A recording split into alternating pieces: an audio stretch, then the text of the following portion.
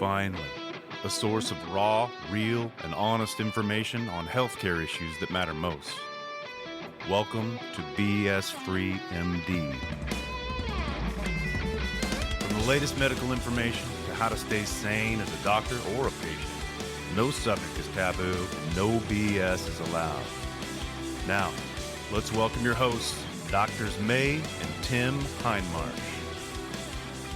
Hey everyone, welcome back again to another episode of BS Free MD with your hosts Tim and May Hindmarsh, where we have our amazing Thursday guest interview days, and we are here today to a topic near and dear to my heart, as well as many of you in the medical profession and beyond, all about burnout, and that doesn't have to be your life's default setting.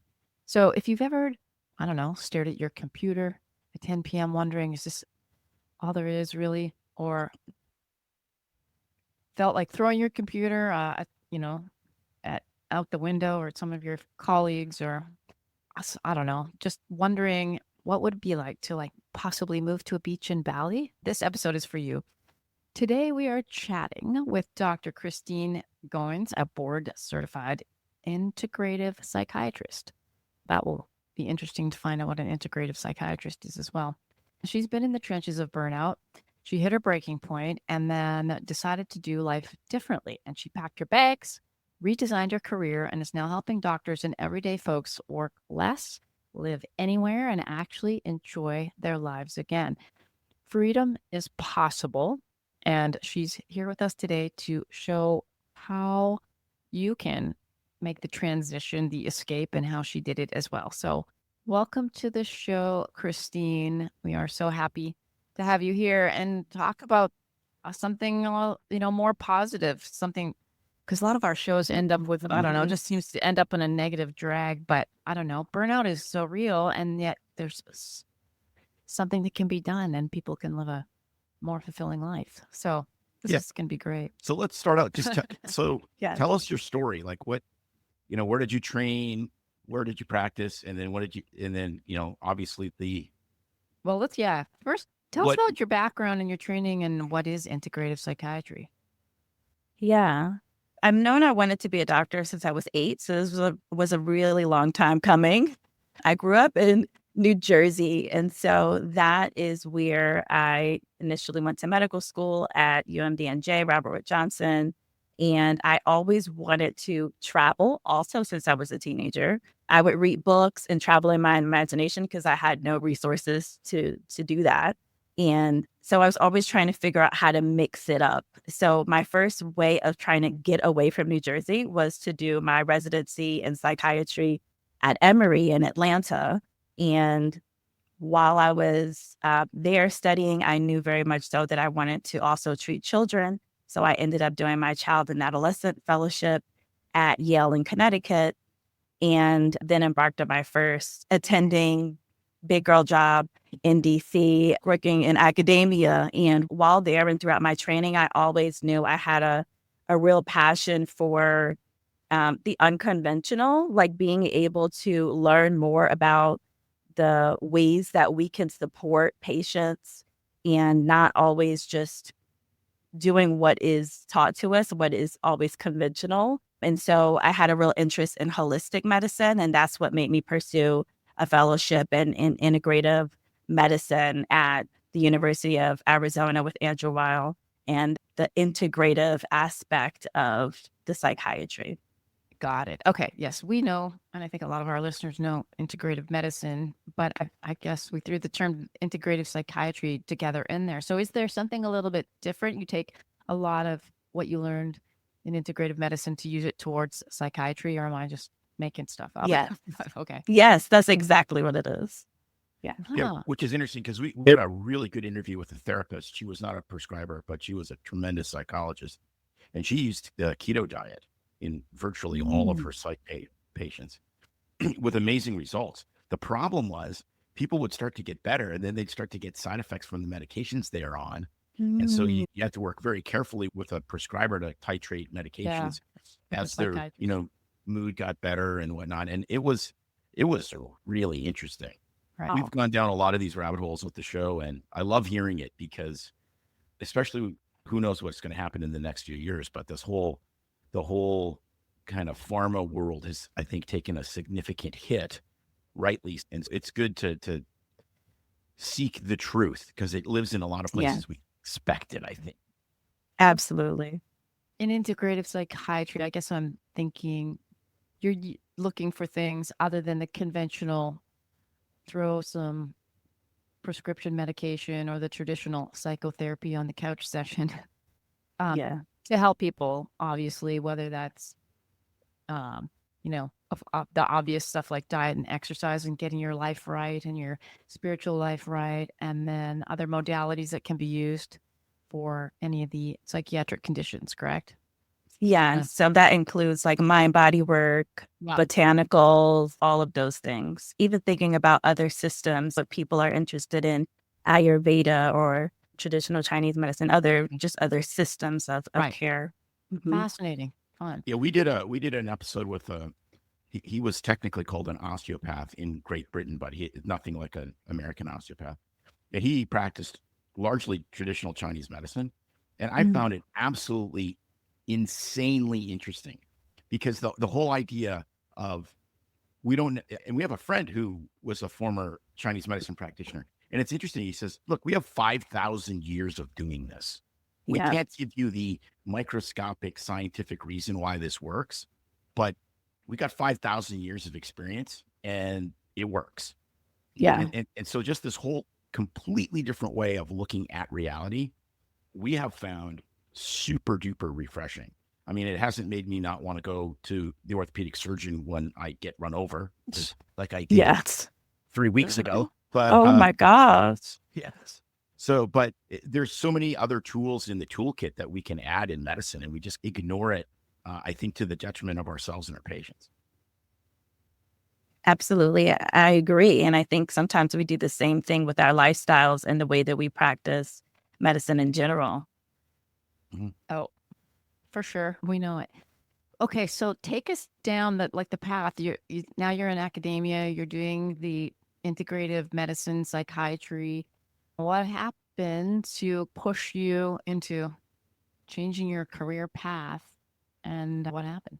Yeah, as I said earlier, I was always trying to figure out how to intertwine these two passions. And so I had thought for some reason that by the time I became an attending, things would be a lot easier, have more time, more freedom.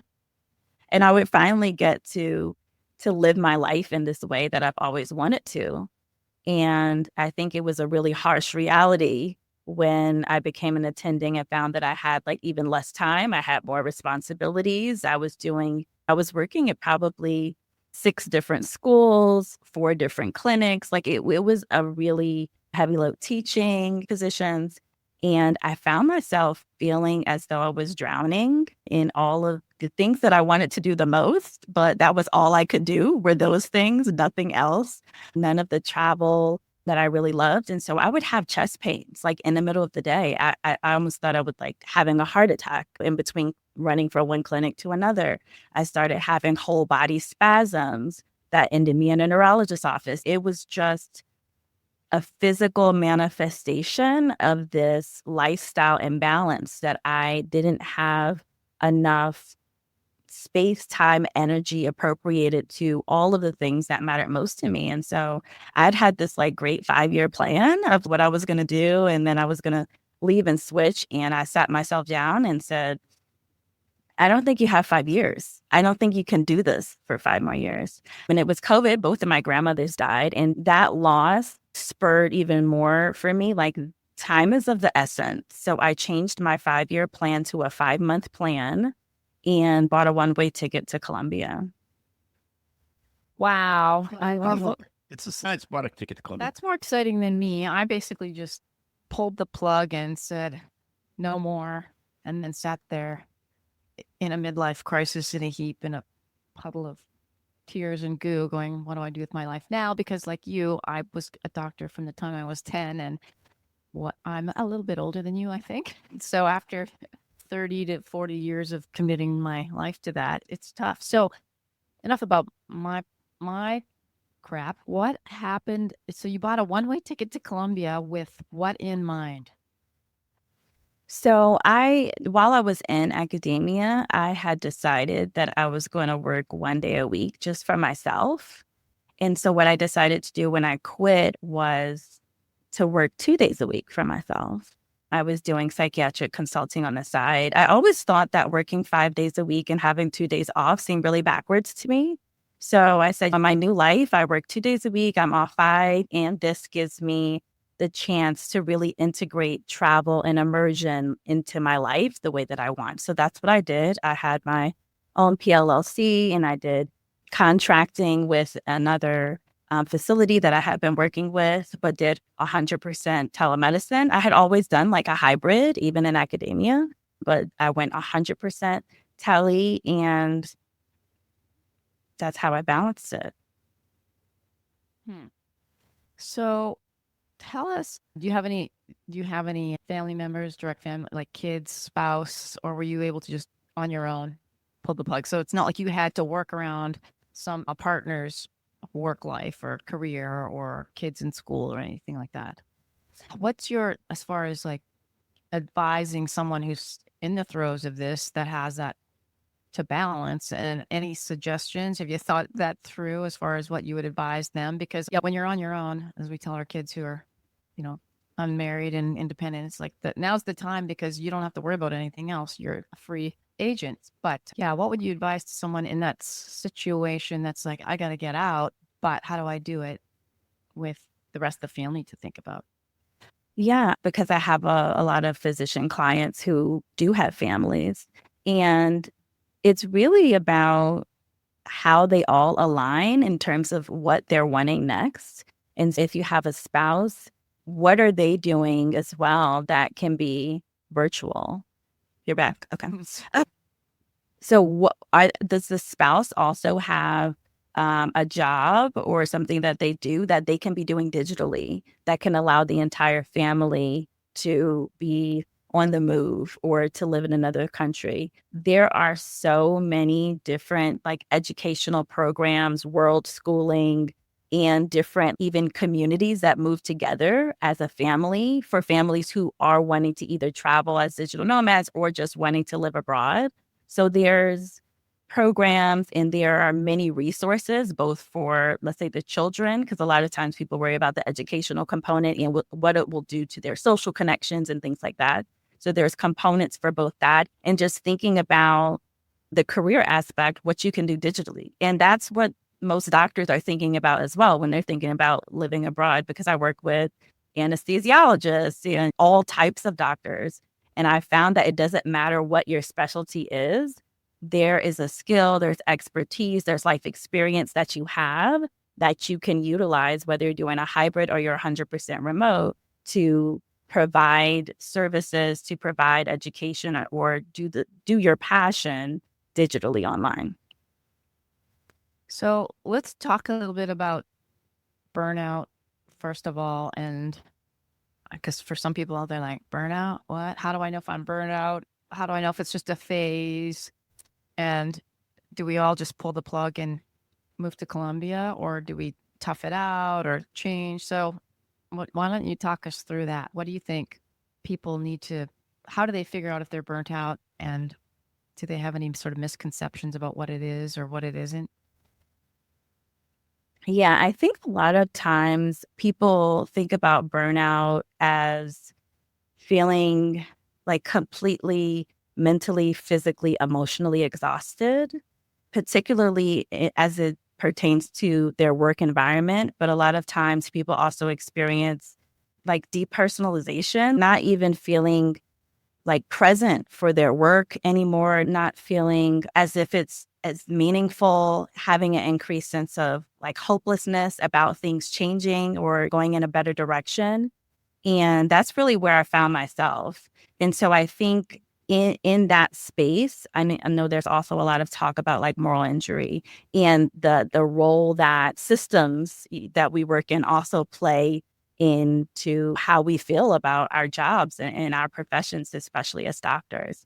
So I think there is like that combination happening in terms of how we're treated in these different systems, the work that we have to do, and how it's and many times not in alignment with how we would think the best type of care we can provide to patients would be. But I think the big part, at least what I realized in my own burnout, was that I actually have the power, that systems can do what they want to do. And if we're waiting on systems to change, we're going to be waiting for a very long time. At any point, we can decide for ourselves, like what we are willing to accept and what we aren't in our own lives. And I think what really helped me to shift myself from a place of burnout to a place of living in alignment with the life I really want to have. I think you nailed it. And I don't hear this enough from doctors, because doctors are a group, for whatever reason, that like to complain and like to rile each other up complaining, but offer zero solutions. Like, if you don't have a solution, then just be quiet, because all you're doing is making everybody anxious. And it's fascinating to me, because when you look at the system, and everyone talks about the system's broken. We're the system. We gave our financial power as physicians to bankers and MBAs. And then we're pissed off because they only care about money. That's their job, to only care about money. We didn't want to charge patients. We didn't want to have a cash-based system. We wanted the luxury of insurance companies just paying us.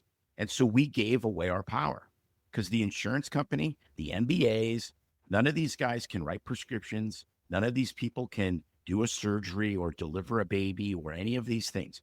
We have the medical license. We have the power, and we gave it away. And so when you said you realized you had the power, to me, that's exactly right. Because people can do really awful, horrible jobs if they choose to do them. For heaven's sakes, our son runs 100-mile races because he thinks it's fun. Humans are capable of a tremendous amount of suffering if I choose the suffering. If I don't choose the suffering, now it's torture. And if you're being tortured by a healthcare system, leave the healthcare system. It's not that hard.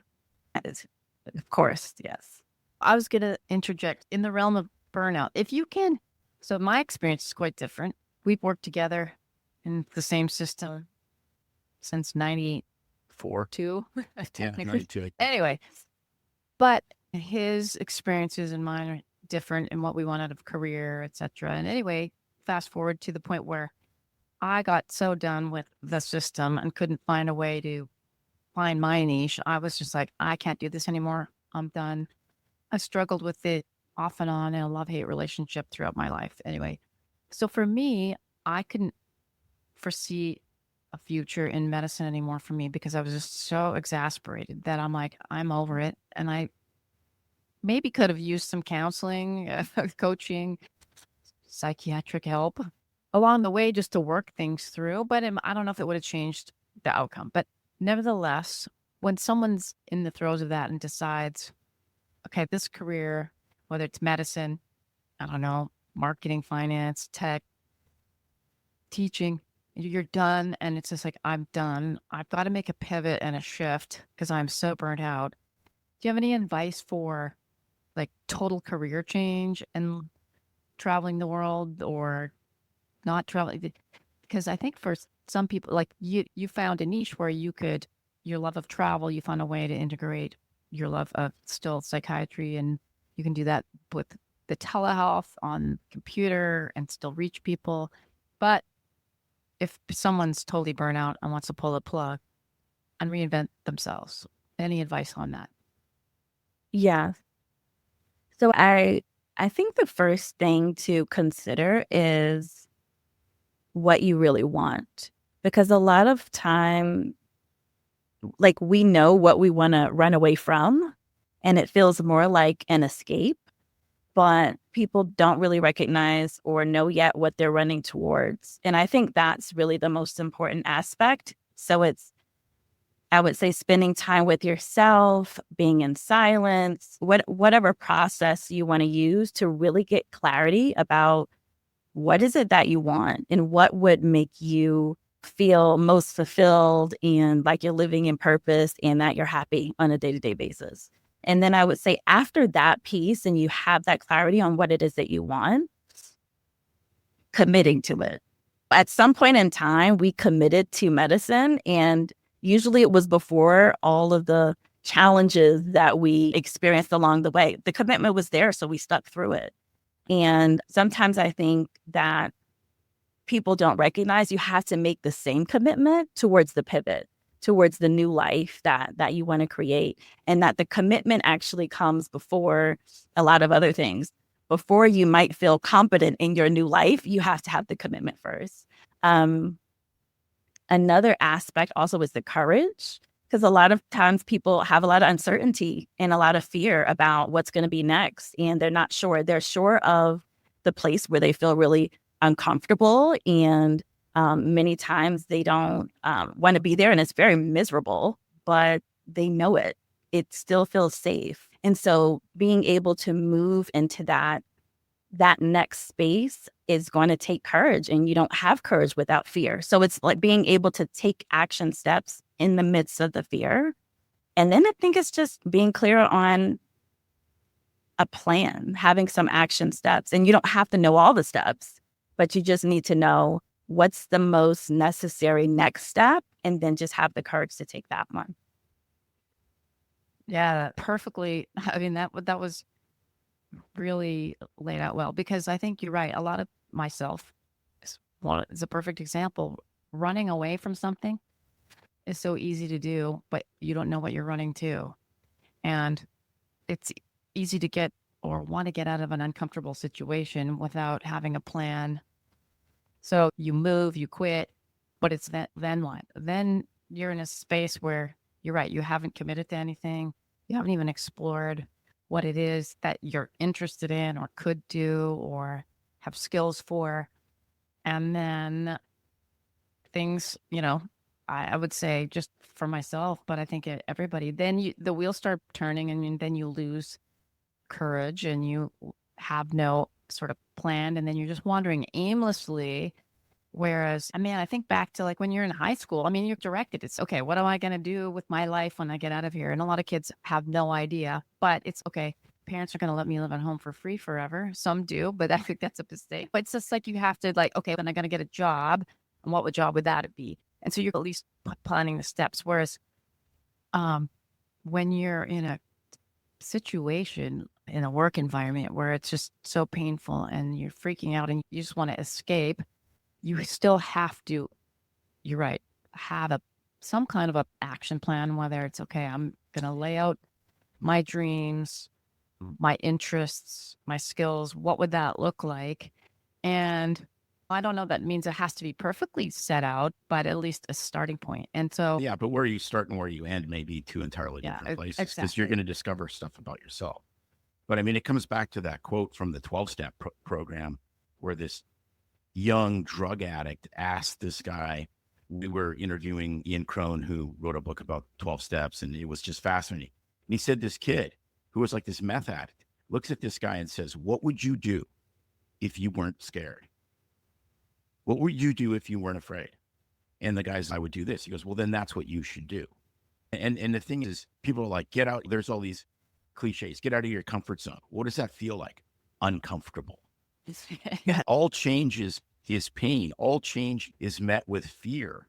And at our stage of life, where we could retire, we don't really want to, et cetera, it's now I got something to lose. When I was 30, didn't really matter what I did, because it could restart my life if I burned everything down. I don't really want to burn everything down now. So it's a different challenge. It's a different fear.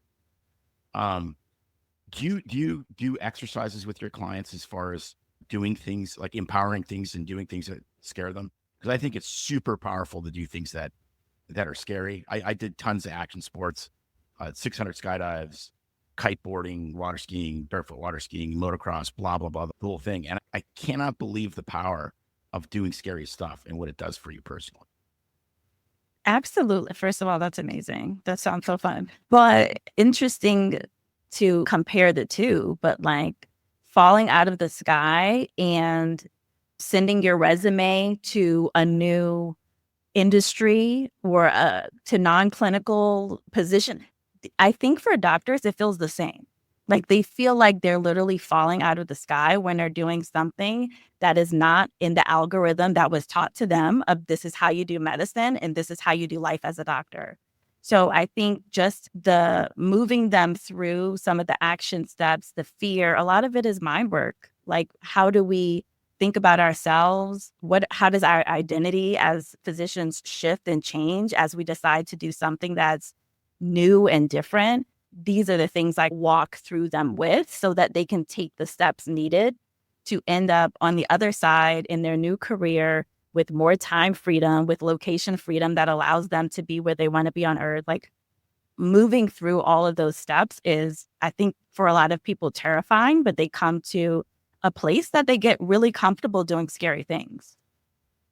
Yeah, I think so. That's the Joe Rogan thing. Get comfortable with discomfort, and So I have a your life question. will radically change. A question with in Yes. regards to talking about physicians specifically.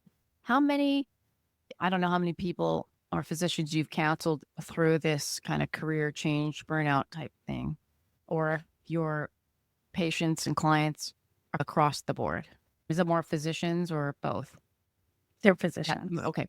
How common is it for someone to be similar to like our experiences where usually most people are thinking about medicine quite young, not all, but even into your 20s, where medicine has been their whole identity in life. And now they're like, because it's a big time commitment, sometimes people are great at maintaining other hobbies and interests on the side, but not others, not so much. And I think maybe that plays a lot into burnout too, is that people haven't really developed that other side, the personal interest on the side to keep them, I don't know, entertained, or from medicine becoming all consuming and burning them out. So my point and question is, how do you help people rediscover who they are and what their loves and interests are and what they're going to pivot to when it's just been focused on basically medicine or whatever career? Yeah. I think the biggest piece is providing that like safe space for them to open up about what they actually want and what hasn't worked well for them. I think there hasn't been a lot of time left. That's part of being overworked. You don't actually have time or space to think about anything else. You don't have time to think about how you can get out of this situation.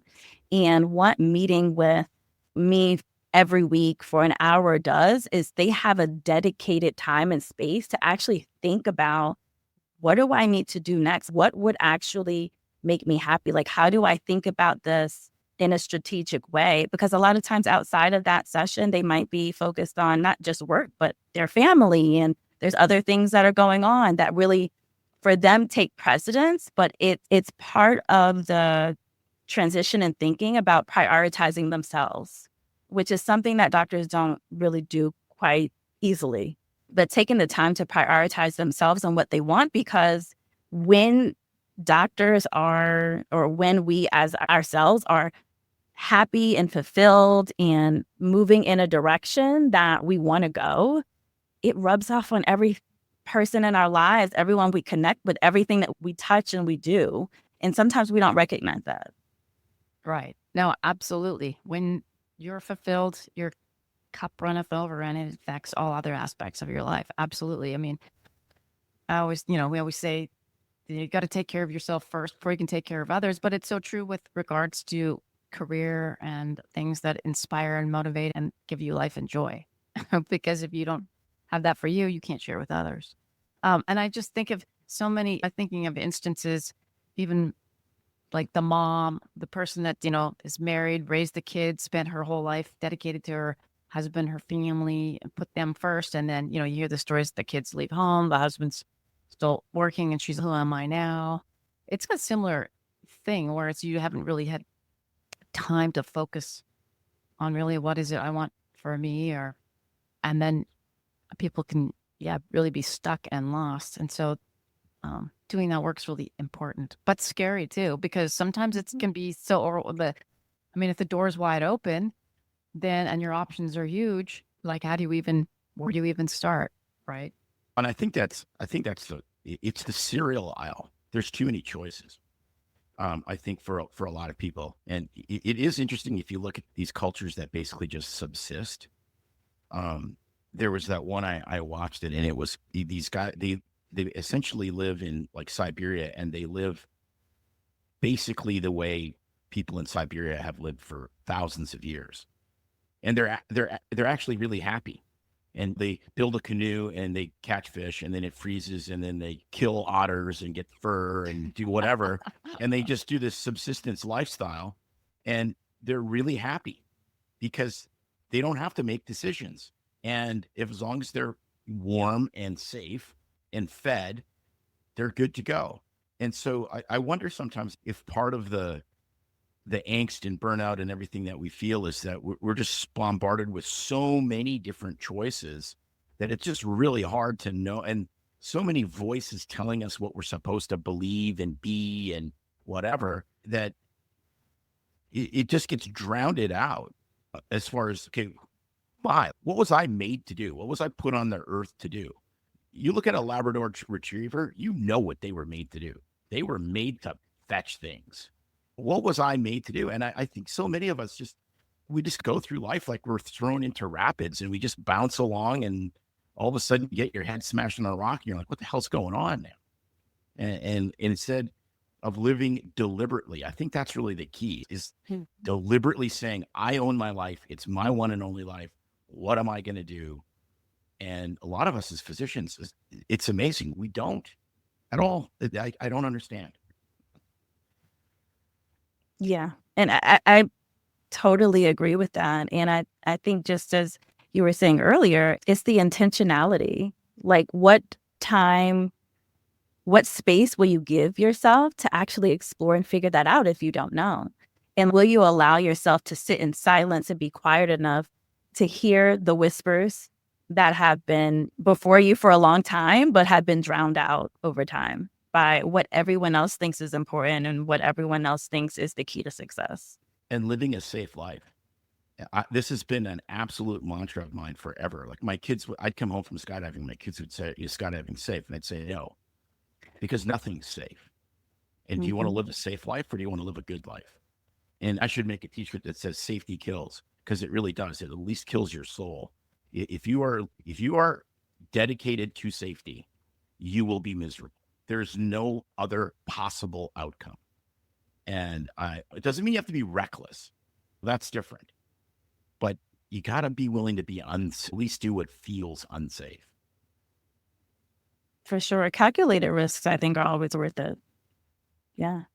Yeah. You're going to lose sometimes, but okay, you're going to learn a lot from the stuff you lost. It's the other side of that coin. So let's talk a little bit about, okay, so you moved to Colombia. How long were you there?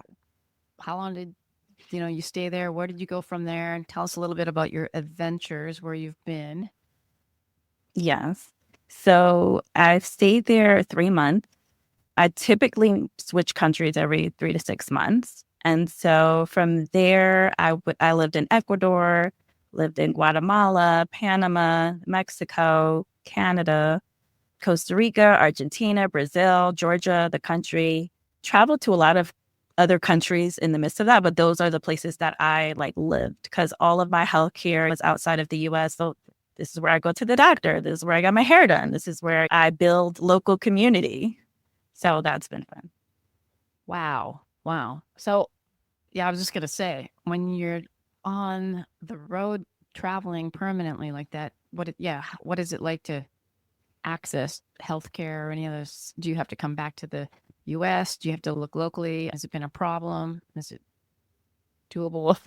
It's actually been really quite amazing, particularly as a physician from the US who knows what that system looks like, to go to other countries and find that my care is so much better and so much more efficient and so much more affordable. I could walk into a private doctor and say, hey, this is what I think is going on. And literally 3 hours later, I have seen the doctor, I have my labs done, I have done the ultrasound and have spoken to the radiologist myself. I have the letters and all the documentation, and I'm on. And I paid for it with my credit card because it was affordable. Right. Compared to with USD living in another country. So Yeah, we've spent a couple shows in the last couple of weeks going through this whole thing. And to me, it's just completely mind-boggling that somehow we think, quotes, health insurance is necessary, because I take thousands, tens of thousands of my own dollars and tens of thousands of my employer's dollars, and I fly it to a gigantic $400 billion a year company. And then I beg on bended knee for them to give my money back to pay for my procedure. And I'm like, how does that make it cheaper? How can a company like United Healthcare go from, what was it, like $68 a share at the beginning of Obamacare to 900 or whatever it is now today? It's because they're just skimming off the system. It's so painfully obvious to me. Don't give your money to somebody to hold it and then have them give it back to you. It doesn't work out that way. They're not a bank. And you see what cash does. It is mind-blowing how good it works. yeah. And I have international health insurance because that risk aspect of if I get something that costs so much to have treatment, I want to be able to have that in place. I have things like, if God forbid I die abroad, they repatriate my remains, like things like that to put in place so that my family doesn't have to like worry or make these kind of decisions. But like you said, there's so much affordable, really great healthcare, even outside of the States, that it definitely has made me question so many times, like, what are we doing? So did you, on your journey to Colombia, and you're like, I'm pulling the plug and go, did you have to do much research into things like this as far as, okay, what do I do for my health insurance, banking? I don't know. Take us through what kind of preparations you had to do to figure out how to set up your life. Yes. So that was part of that 5-year plan to a 5-month plan. Right. So I spent that 5 months thinking of everything that I could possibly think of. What am I going to do about my health insurance? What am I going to do about my retirement? What am I going to do about being financially free? And how am I going to fast track my way to that through travel? What about the legal aspects of doing this with medicine? Like I spent that time speaking to many different consultants, speaking to people who had lived abroad. None of them were like doctors traveling, but just learning about what happens if I get out there and I feel lonely. Just things like that come up. And what I learned in that process, a lot of those things I figured out before I left, like things that were major considerations.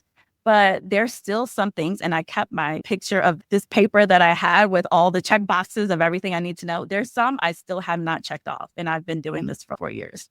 So it's questions you can have, but not everything needs to be figured out before you make your leap. Right. So any of the big surprises? So I know so many people think, oh, wow, I wish I could just travel around the world and do my job remotely. And for a lot of people, depending what they're in, they're able to do that. Are there any big surprises that you found? You're like, oh, this is something I never thought of that I'd have to deal with, not being back in the US, not being home based, or not. I think one of the biggest surprises for me was how much more affordable my life was going to be, even though it was going to be at a much higher quality. Like I heard about geographic arbitrage and I knew it existed and people were doing it. Everyone always thinks I'm the special snowflake and maybe it's not going to work out for me. Interesting. So can you explain that a little bit more for our Yes. listeners, what that means? So geographic arbitrage is the process where you move to a different geographic location and you are getting currency or money in a place that has, let's say, a higher currency than the place that you're actually living in. So this is something you can do in the US. It's like you make money in this particular city, but maybe you live in a different county that's actually a lower cost of living. So doing the same thing, but actually living in a different country. I make all of my money in USD, and then I choose to circulate that money in other communities with other currencies that have a lower, currency compared to USD. And so really the money It allows it to stretch in many different ways, especially when you're thinking about your 4 typically highest cost items: housing, transportation, food, healthcare really becomes low. So I was coming from DC. That's already laughable. I cut my housing in like a third and had a 180-degree view of the Caribbean Sea. So Yes, that is awesome. What about language? Has that been an issue for you? Do you speak several languages, or just English, most Americans? Sure. I speak Spanish also, and I'm like learning French and Arabic. But I would say that the language piece hasn't been terribly difficult.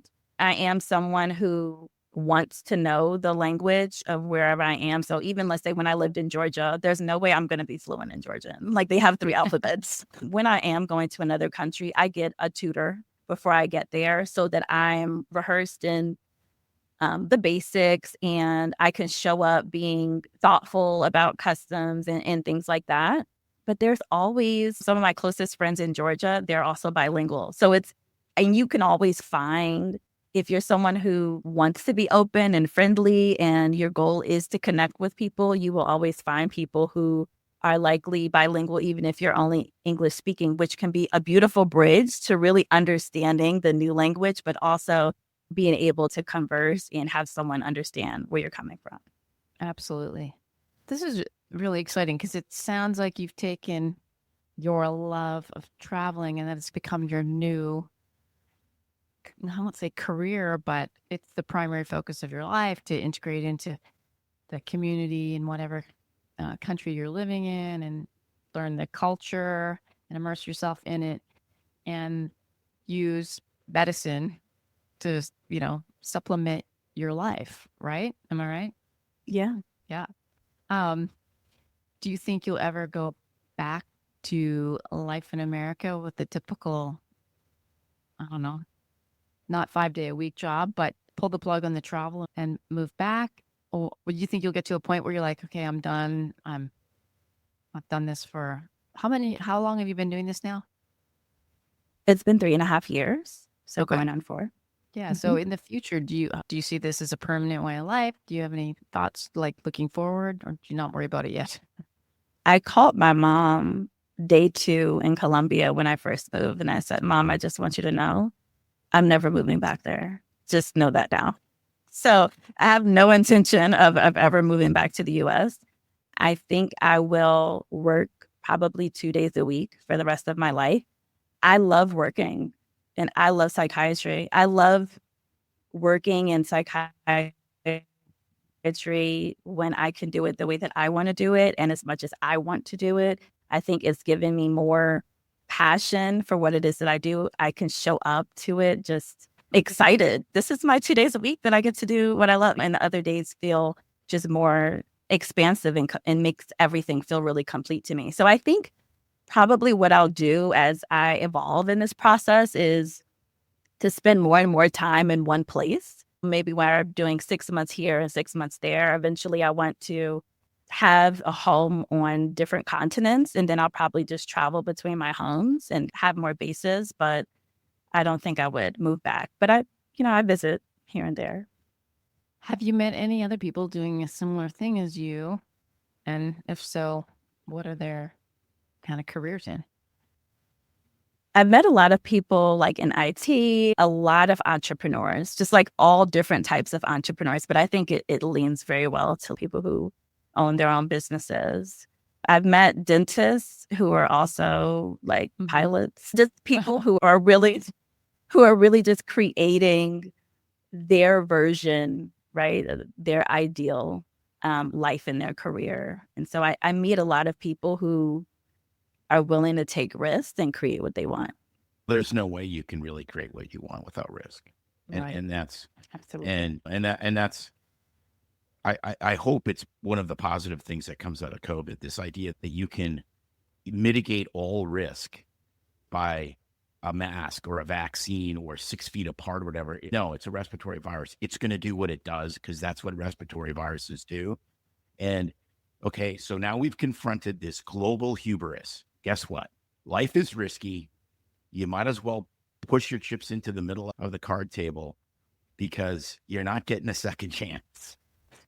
And you don't want to look back. I think of this so often that a survey they did in England, I don't know, when was it, about 10 years ago, that asking people on hospice what their biggest regrets were. And it was fascinating. Number one was living their life based on what other people thought they should live rather than owning their own life. And number two was working too much. You've solved both of those problems. So it's wonderful to listen to a problem solver who's actually practicing what, she intentionally preached. I love it. Thank you. I was going to ask, so traveling around the world, meeting people, taking it back to burnout, do you think, is this a worldly universal problem, or is it something specific to North Americans, do you think? I think it's completely universal. I have doctors call me from Europe, from South Africa, from here in Mexico. We think of it as a U.S. problem, but I think it's really, the factors and the details might vary, but it's really being in a place where overworking and having a culture that glorifies productivity really just impacts so much the spirit and the day-to-day joy that people can have. No matter where you are, I think burnout ultimately comes down to feeling really undervalued and unsupported and having a misalignment in the day-to-day of what you're doing and what you most want to be doing. Interesting. I know, I think in our head, some of us have this fallacy that is, I think the old school thought of, Europeans, they're really big on taking their vacation, and you're in Spain or Italy and it's siesta time and people are very great about leisure, but sounds like that's not the case. And just depending on the career you're in, you're right. It's if there's that push to, I don't want to say compete, but just there's so much work and depending where you're at, I guess it is a universal problem and it's not so much a cultural thing as or many people think. So I guess it's encouraging, but also sad at the same time to think it's not just us in America, but a worldly. Well, I mean, we're going down the philosophical rabbit hole. I know. But the problem with medicine, I think, at least allopathic medicine in a lot of respects, is it's based on an entirely flawed premise, which is no one's supposed to die, and we should do whatever we can to make sure you live as long as possible. That's insane. That's why we had a guy 94 years old come into our urgent care for a complication from his 3 stents that he got. This is madness. We don't look at the fact that life starts, you live your life, and everyone dies. And how you steward that time is really the measure of who you are. And yet somehow we dialyze 85-year-olds for God knows how long. It doesn't make sense. And so and that's the same in allopathic medicine everywhere. The degree changes, but the mentality is the same. You're not supposed to die, even though everyone dies. I don't get it. And so there's an endless number of sick people that you can do an endless number of things to, which means there's going to be an endless number of burned out people that provide that care. Yeah. It's just the way it is. Yeah. I mean, as someone, go ahead. Oh, no, you go. I just love what you said because I think about death every day. And I think that it's very sobering because it's such a reminder that this is part of life. And what do I want to be doing today that's going to really make all of this matter and make me enjoy the time that I have as much as possible? So I think it's an important consideration. Yeah. I've often talked about how people that are really successful at life, we went to this banquet and there's a professional golfer that was one of the speakers. He said, amateurs play from the tee to the green. Pros play backwards. They look at the green and they play all their shots in their mind backwards because they know where they need to be in however many shots on that green to be able to score, like get a birdie. And I think it's the same thing in life. I think really wise people live in reverse. They're like, okay, I'm going to get 80, maybe 90 years. What am I going to do? Knowing the last 10 are I'm probably not going to be running marathons in my 8th or 9th decade. So how do we war game this going backwards from when I'm 18 or 20 or whatever I start working? What are we going to do? because life has a way of kicking you in the rear very quickly. All of a sudden, it's 2 kids, it's a mortgage, it's whatever. You're handcuffed to your job, you're handcuffed to your life. You may have a great family, but it wasn't necessarily in the order you wanted. That's what happens when you don't live deliberately. I mean, it gets very painful very quick. Yes. Aside from counseling people online in psychiatry, how much of your time is spent helping people through burnout and career decisions and living their best life? Probably about a day, half Oh. a day to a day. Oh, wow. Awesome. Okay. So why don't you share with everybody where they can find you, where you do that, what your website is and your socials, and how they could connect with you if they really need your help, support, and guidance. Absolutely. They can find me on my website at thenomadmd.com, on Instagram at the Nomad MDs, and on Facebook at the Nomad MDs. Perfect. And so obviously check out her website. We'll put the links in if you feel like you need some. I think it's a perfect combination. Burnout, direction, counseling, as well as little psychiatric analysis to figure out how to get through a really tough transition. Sometimes there's a lot of stuff to work through. For some people, not so much work, and other people, there can be a whole lifetime of baggage they've got to unpack literally before. I love the metaphor. I just Contact. That's a great job. For you, repent. Yeah, exactly. I just pulled out of the air. But for real, for some people, they got a lot of work to do so that they can figure out how to get through their burnout phase and into their living their best life. And you can help them with both, correct? Yes, absolutely. And for people who are wanting to just walk through that step by step, on January 28th at 7 p.m. EST, I'm going to be giving a workshop for doctors on how to just begin the step by step, how to make that change. So, wonderful. So they can just go on your website to sign up for that or find out where the links are. Okay, perfect. yes. I'm going to ask you a couple fun questions because we sometimes like to just throw out some crazy questions just to get a bit more feel for the guest. It's nothing hard. It's just a rapid fire segment. So whatever comes to mind first. Is there any one book or podcast that you think everyone battling burnout should check out? Anything you Restless Resistance by Tricia Hersey. Oh, Okay, I haven't heard of that one. Interesting. Okay. If you could teleport yourself anywhere in the world now, where would you go? That's the beauty of location freedom, because I am exactly where I want to be. Perfect. That's a great answer. I love it. And what you think would be if someone can't get on a plane and transport themselves to their favorite country or beach during burnout? Best burnout cure that doesn't involve travel. Any thoughts? Sitting in silence with yourself. That's really true and powerful. I love it. It's amazing how we used to do that all the time, right? The hunter-gatherers, farmers, lots of time. I think a lot of people are very afraid of that, and terrified. Something that they need to work on. Any last tips, thoughts, or anything that we missed while chatting that you want to throw out there to our audience, if you were to give them any one last piece of advice? Just that freedom isn't necessarily about escaping work. It's just about redefining it and deciding what it is that you want it to play, what role you want it to play in your life. And just the willingness to sit with yourself. It can be scary, and figure out what's next, what's possible, and what you want the most. Perfect. That's great. We won't mess this up by talking more because you summed it up so perfectly. So thank you so much. Thanks for your time. Thanks for sharing your story. And we will direct everyone to your website and socials. And hopefully they can create a new best life for themselves as well. Thank you again, Dr. Goins. Thank you for having me. Wow. That was good. Yes, for me, it was a big smack on the head and a reminder that burnout isn't the end of the road.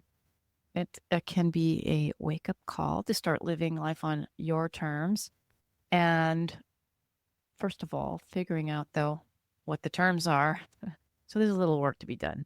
And I would say to everybody, if Kristine's story really hit home to you, and I know for many people it would, whether you're in medicine or not, please head to her website at thenomadmd.com to learn more about how she's helping people redesign their lives. And you can also follow her journey on Instagram and Facebook at the Nomad MDs with an S on the end.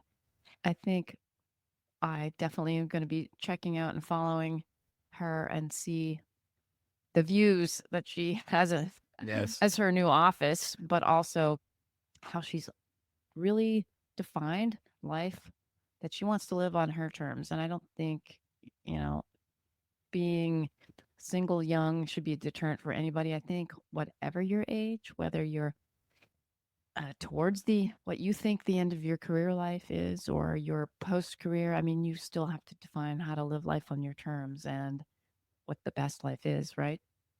Yes. Even though I hate the word living your best life or the words, because by definition, you are living your best life because it's your only life. So you're also living, by definition, your worst life.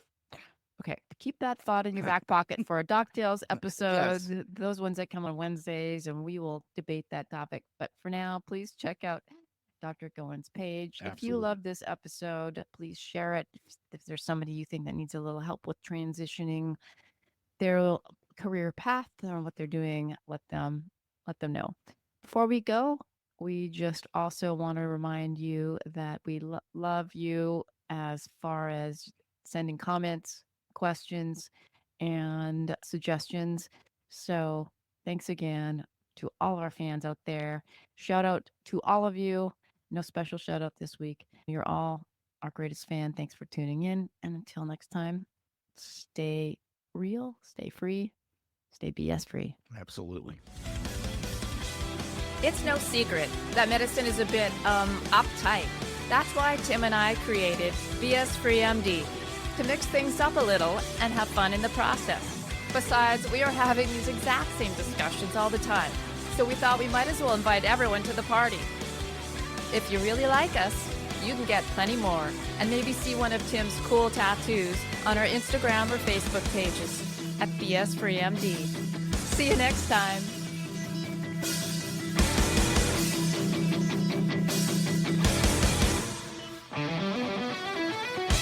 While we try to keep BS Free MD as raw and real as possible, we can't be held responsible for any medical decisions or discussions had as a result of what you've heard on the show.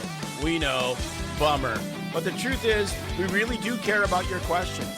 So feel free to reach out to us by email at doc@bsfreemd.com.